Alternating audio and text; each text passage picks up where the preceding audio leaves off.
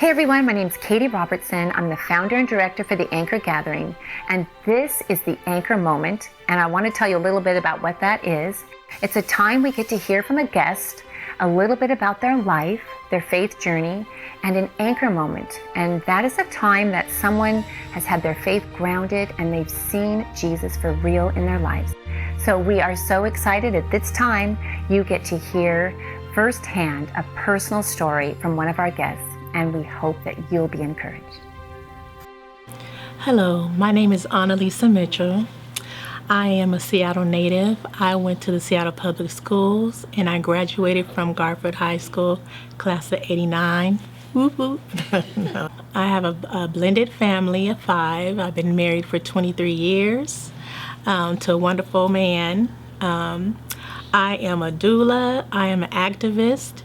I'm a believer. My journey begins March 5th, 1971. I was born 6 months early. I was 1 pound and 14 ounces. The doctor told my mother, don't expect her to live. She's not going to make it. I was in the incubator for 1 hour and I was fine. All of my life, I think because I was a premature baby, my grandparents were very protective of me. My aunts and my uncles were very protective and sheltered me. So I was very innocent. I wasn't exposed to a lot. In that, I was very gullible, really shy, standoffish, and introverted. So I grew up in school, probably was the last person to be picked. I didn't have a voice, very shy, as I stated. Alone a lot, or I felt alone.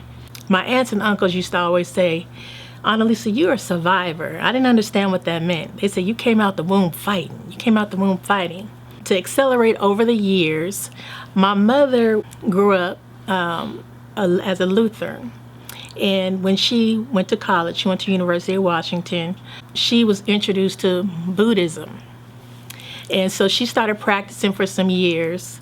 Whatever she was praying at that time for, I was receiving those spirits. I remember laying in bed about 4 years old, and I looked to the right, and out of my bed there was a snake crawling up to the ceiling. And then there was a couple of times that I fell out the car. You know, the devil was just trying to take me out at a young age. And the door opened on the freeway, and I was getting ready to fall out. I remember they were holding on to my legs to keep me into the car.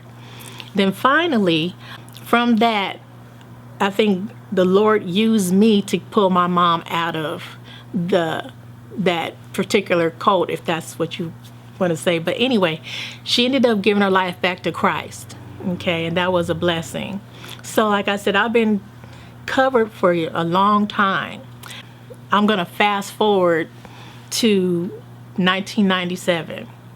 So around that time, I was working at Verizon Wireless in the corporate office, and I remember I was just extremely fatigued. I went to the doctor.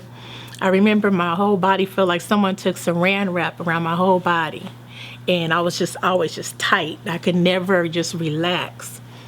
So to make a long story short, went to the doctor. I had something called SLE, which is lupus. And then it came back that my kidneys had been affected from the lupus. With that, I remember I was on prednisone 60 milligrams 3 times a day, and I blew up from 125 pounds to about 200 pounds in 2 weeks. I was very ill. 1999, I went on kidney dialysis. My kidneys failed, and I dialyzed for 10 years. They test to see if you will be a candidate to have a kidney transplant. And they came back, they said, well, Analisa, I'm sensitized from the whole population. That meant I could only get a kidney from 2% of the population. One night, I was telling my husband, I said, you know what, I just can't rest. I don't know why I can't rest. And he was like, oh, just get in bed, you're okay. I said, no, I said, something's not right. My pulse was too low, but I think my blood pressure was high. I called the doctor, they said, get to ER right now. They said, you would have been dead in 1 hour if you went to sleep. My whole body was septic. I was in the hospital about a month. They took me off of the transplant list because when you're sick, they take you off the transplant list. One of my friends from the retreat said, you know what? You need to go to the retreat because your blessing is at the retreat. God has something for you at that retreat. I was like, okay, I'm going to go. So I remember showing up to Rainbow Lodge, and then there was a woman standing there, and she was just kind of like, what's going on with you? And I told her what had happened, and she was like, oh, okay. During the retreat, she says, I'm going to give you my kidney. I was like, what? You gonna give me your kidney?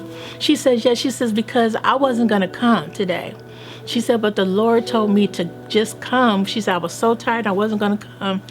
So when they implanted the kidney into my body, the doctor comes out and he tells my husband, you know, the kidney type is so close to your wife's tissue match that they can be relatives.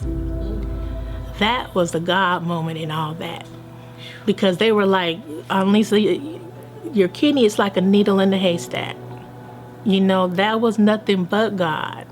For me, I was like, you know, Lord, you know, ever since the day I was born, I've always had these stuff against me, you know. But God said to me that Jeremiah 29:11, for, you know, I'm all over the place, for I have plans for you, right? To give you a hope in the future, right? Right, not to harm you. When I created you in your mother's womb, I already had a plan for you. But I'm not a speaker at all. But he's put me in positions like right now to be able to speak and tell my story. I've been asked to speak other places. And so I find myself up speaking, but God's going to get the glory out of it. And that's what it's all about. But he also told me, he said, I also kept you because you're here to serve. You're here to serve others. It's not about you. That's all I have to say. I don't